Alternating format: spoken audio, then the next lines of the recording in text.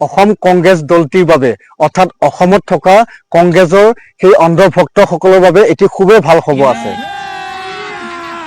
কংগ্ৰেছ দলৰ পৰা টিকট লাভ কৰি ওদালগুৰি সমষ্টিৰ পৰা প্ৰতিনিধিত্ব কৰা সুৰেন দৈমাৰী অৰ্থাৎ অহাকালি নিৰ্বাচনৰ আগদিনাখনতেই তেখেতক বিজয় ঘোষণা কৰা হ'ল।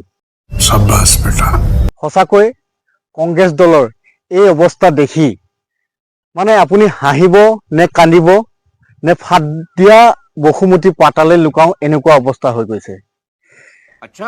তেওঁলোকৰ সেই অৱস্থা দেখি মোৰ কংগ্ৰেছ দলটোৰ প্ৰতি দয়া উপজিছে। কিবা প্ৰকাৰে অকণমান যদি সহায় কৰিব পাৰিলো হয় এই আমাৰ অসম কংগ্ৰেছ দলটিক, তেতিয়া মোৰ মনটো অলপ শান্তি লাগিলে হয়। কিয়নো কোনো দিনাই নেদেখা নুশুনা বা কোনো দিনাখনেই অসমৰ ৰাইজে কল্পনা নকৰা ঘটনা এইবাৰ ঘটিব পালে।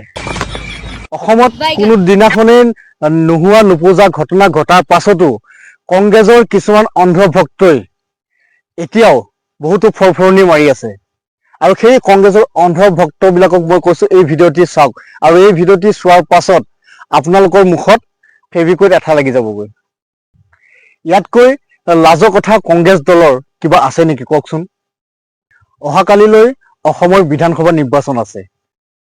নিৰ্বাচনৰ আগদিনাখনতেই কংগ্ৰেছৰ দলৰ প্ৰাৰ্থীজনে কংগ্ৰেছৰ দলৰ টিকেট প্ৰত্যাহাৰ কৰিছে আৰু কংগ্ৰেছৰ দলৰ সকলো সদস্য পদৰ পৰা পদত্যাগ কৰিছে। মই কংগ্ৰেছ পাৰ্টিৰ পৰা ৰিজাইন দিছোঁ আৰু মোৰ যিটো কেণ্ডিডেট কংগ্ৰেছ পাৰ্টিৰ পৰা যিটো টিকট পাইছিলোঁ তাকো মই মানে চাৰেণ্ডাৰ কৰিছোঁ, তাৰমানে উইড্ৰ কৰিছোঁ। কাৰণ কংগ্ৰেছ হ'ল এটা গাদ্দাৰী আৰু প্ৰবঞ্চক গদ্দাৰী পাৰ্টি। কৈছোঁ কংগ্ৰেছ হ'ল এটা গাদ্দাৰী পাৰ্টি আৰু प्रबंधक बोल मैं कहूँ। ये सब क्या देखना पड़ रहा है? अच्छा है मैं अंधा हूँ। हे भगवान तेरी लीला अपरंपार है।